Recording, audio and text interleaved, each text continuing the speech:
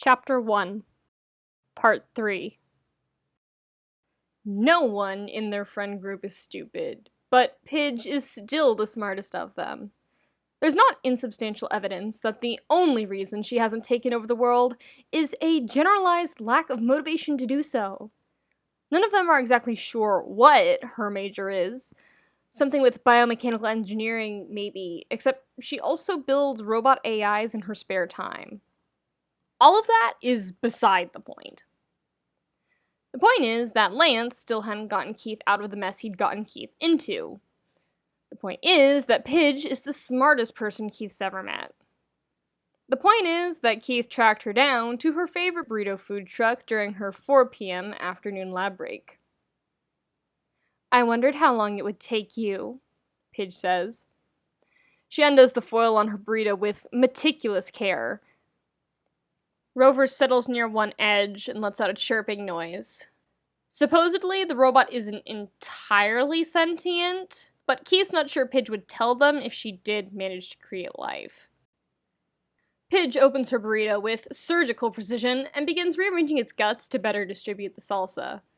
By the time she finishes and reassembles the burrito, Keith's going to be finished with his burger, which is about their usual pacing. It's not that Pidge is so fussy or that Keith is so hungry. Just that Pidge grew up in a middle-class family where her food was her food. And Keith didn't. "To ask me how to seduce Shiro," she says. God hates him because he inhales half-chewed cow down his windpipe and has to spend a good 30 seconds herking like a cat with a hairball. Pidge watches him with interest, still fiddling with the exact specs of her burrito. His throat still has a special kind of rawness when he gets out, "What?" Rover lets out another little chirp and launches to hover next to Pidge's ear. The outlines of its pyramid form glow pink, then teal. Keith's fairly sure it's laughing at him. Having apparently rearranged to her satisfaction, Pidge rewraps the burrito and takes an experimental bite. "Perfect," she says. Then she refocuses on Keith, offers an explanation in the form of a single word. "Lance." Weird how many of their explanations can really be summed up by that name. "Do you have any ideas?"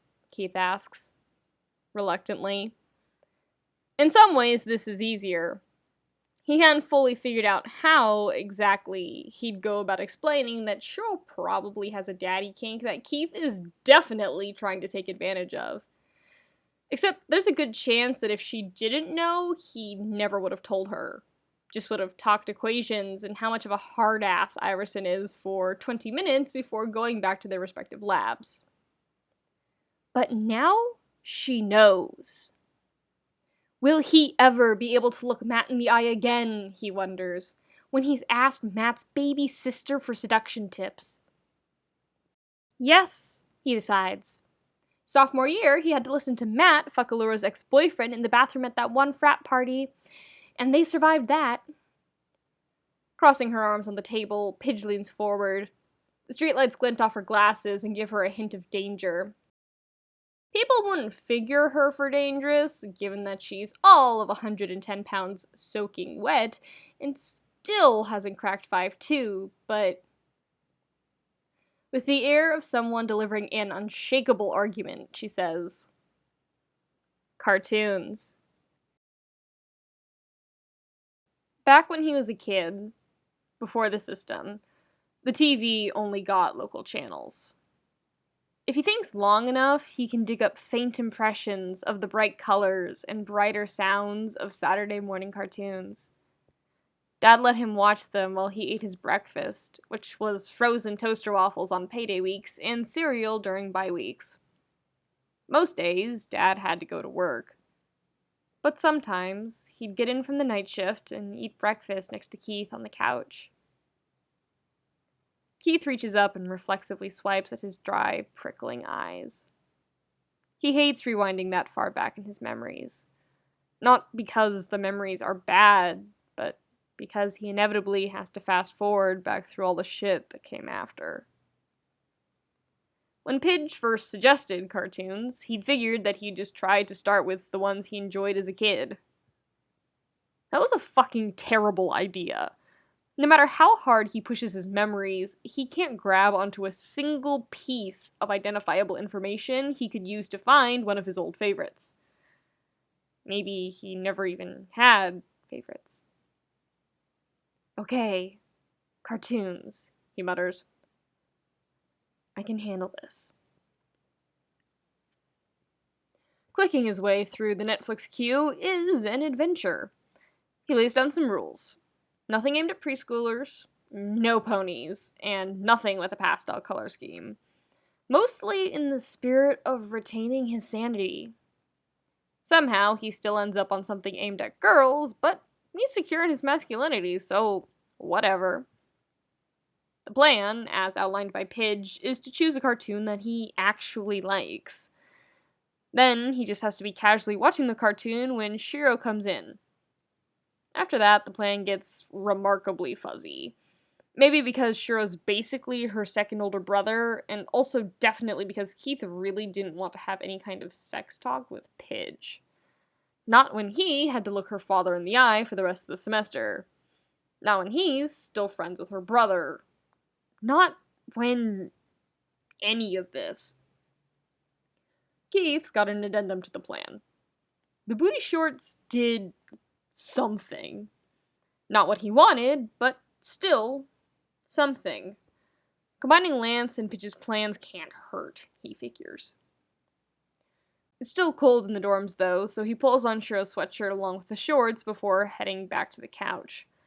He turns on the show he picked, grimacing through the overly cheerful theme song, and settles in to wait. Shiro texts him halfway through episode 2. I'll be running late tonight, had to move back a meeting for a group project. That sucks. Yeah, it does. Do you want me to pick up dinner? Stir fry. What's the magic word? Please? Stir fry it is. Rolling his eyes, Keith puts down the phone. He could stop watching until Shiro texts that he's headed home.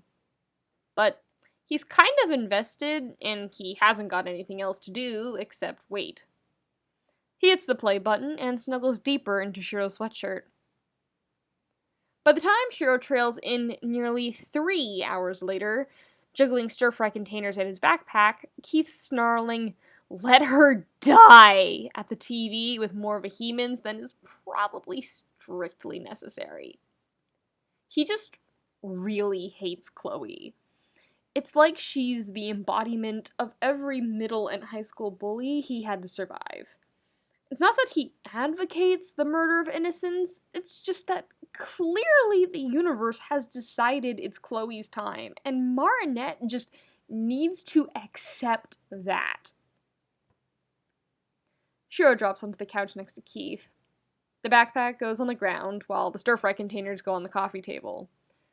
He pushes one container in front of Keith, then unzips his backpack to fish out the utensils. What are we watching? Miraculous Ladybug, Keith says. Chloe needs to die. From somewhere to his right comes a barely muffled snort. Is that so? Yes. Keith feels this truth in his soul. He squints at the screen as the blonde girl screams while dangling above the city of Paris. Absently, he rolls back the sleeves of his sweatshirt before grabbing the stir-fry container and popping open the lid. A fork appears in front of his face, and he takes it, immediately using it to start shoveling food into his mouth. This is really good, he says after several bites. Thanks. No problem, Shiro says. The couch behind Keith's head gives a little as Shiro drapes his arm across it. His own container of stir-fry sits untouched on the coffee table. Is there a reason we're watching a magical girl cartoon? Pidge. It's on the tip of his tongue. But he distinctly remembers what happened the last time he attempted to offer up a friend's name as explanation. Instead, he gives a half-hearted shrug. Licking his lips to get off some of the grease, he says, I was bored, and... Keith doesn't intend to trail off, but he does when he feels Shiro's fingers starting to comb through his hair. A soft, encouraging hum gets him started again. I guess I never really watched things like this when I was little. It seemed like it could be fun. The fingers pause. You mean you didn't watch magical girl cartoons? No, I just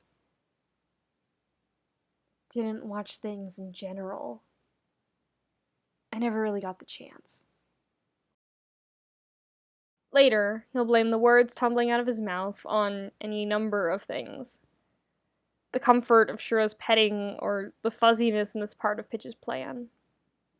But that doesn't change the fact that he says, I guess I might have with my dad, but after they put me in the system, the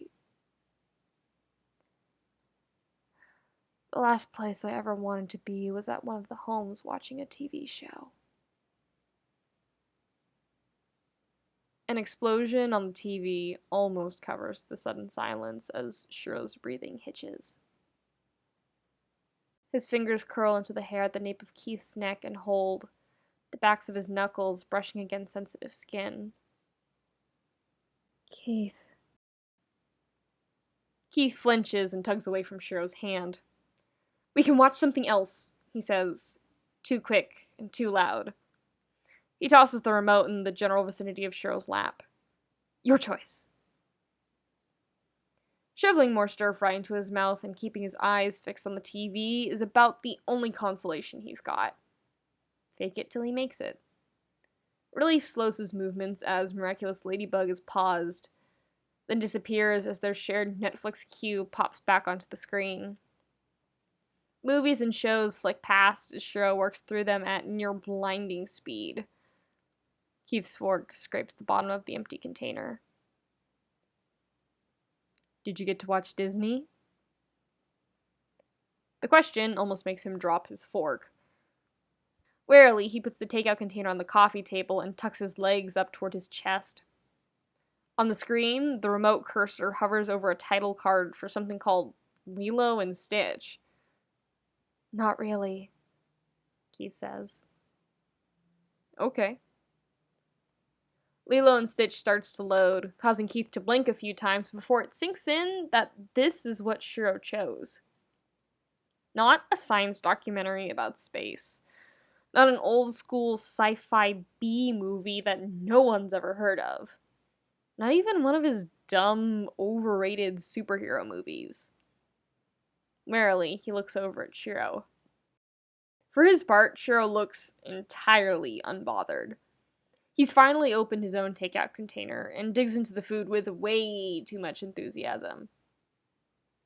I love this movie, he says, casually. This part is great. It's weird. All of this is weird. Keith spends approximately 20 seconds trying to decide why it's happening. Nothing comes to mind. There are aliens, which probably is the closest to a reason he's going to get for why Shiro likes the movie and is making them watch it. Anyway, he did say Shiro's choice, so... With a sigh, he settles in to watch as the tiny blue alien is sentenced to exile and escapes. It's kind of funny. By the time the title card comes up, he's not invested, but he's willing to admit it's better than the alien conspiracy shows Shiro likes to watch when he's got the flu. By the time the girl adopts her dog alien, he's into it enough that he jolts when Shiro's feet brush against his ankles. Sorry, Shiro murmurs, trying to get comfortable. Keith glances over. The takeout containers have been stacked neatly, waiting to be taken to the kitchen. He didn't even realize Shiro had finished eating.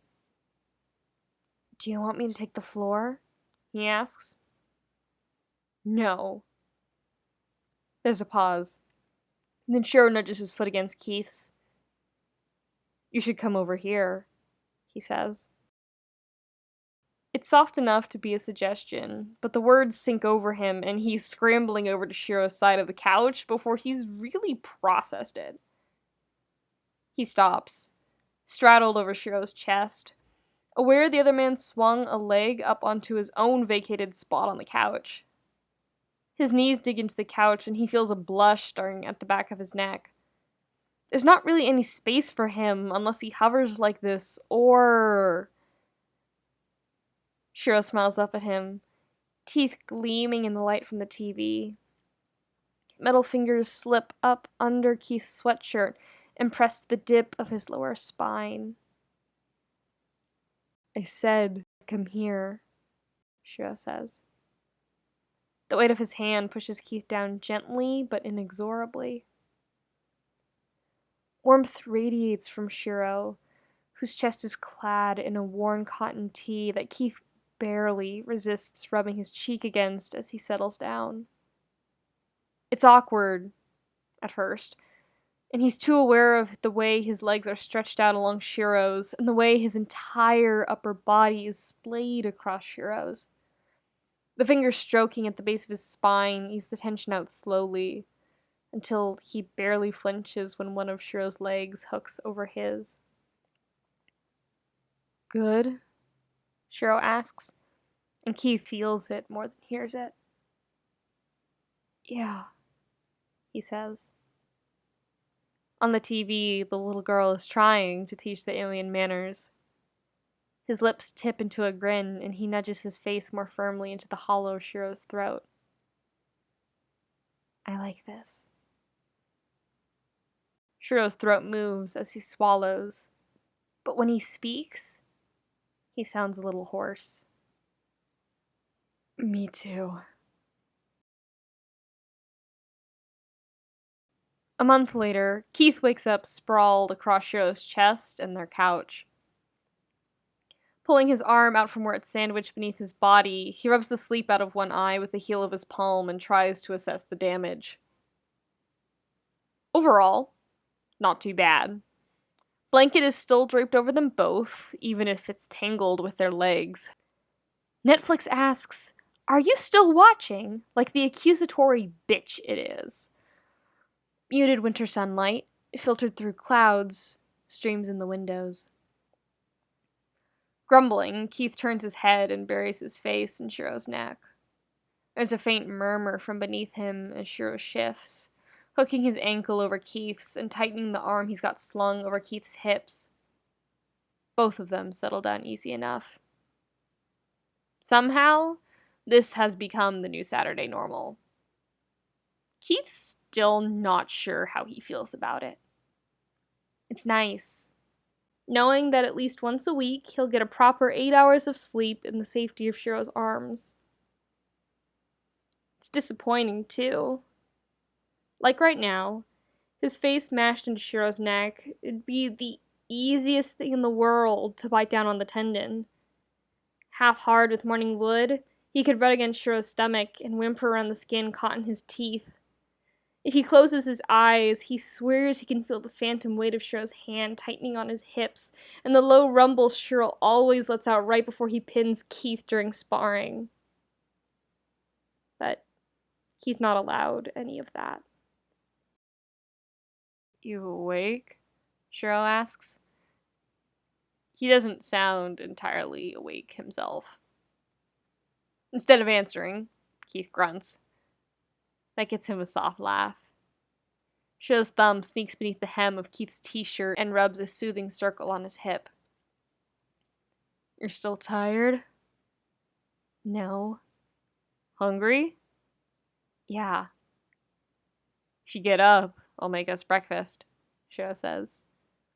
This is also normal now. Used to be that they went to the diner or one of the dining halls for breakfast, if they were eating together, but now Shiro always wants to stay in on Saturday mornings, even if that means cooking. Later, once they've cooked and eaten and drank coffee with their feet tangled together on the couch, while arguing about how science actually works in the MCU, Shiro reluctantly admits he needs to return some library books. Keith figures this is probably as good a time as any to find Pidge. The last 3 times he staked out the burrito truck didn't pan out, which means his idea to casually run into her is getting nowhere. The only possible place she could be is the bioengineering lab. That's where he heads once he and Shiro split outside their hall. "Pidge, please," he says. Ignoring the irritated lab assistants, he dodges around a table to follow her. "You're my only hope?" she asks, wrenching open one of the massive storage cupboards in the lab. Without even looking at him, she begins handing him tools that he's pretty sure shouldn't be available to undergrads. Maybe she's got a special dispensation. "I agree, but I also refuse to be drawn any further into this. I had dinner with my family last night.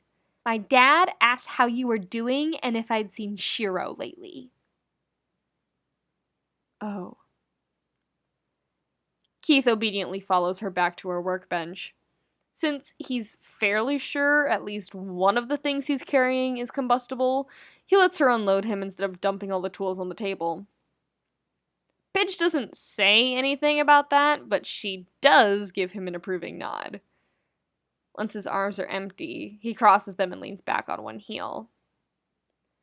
Rolling her eyes, Pidge brandishes a wrench at him. "Go talk to Hunk. He's the most emotionally intelligent and competent out of all of us."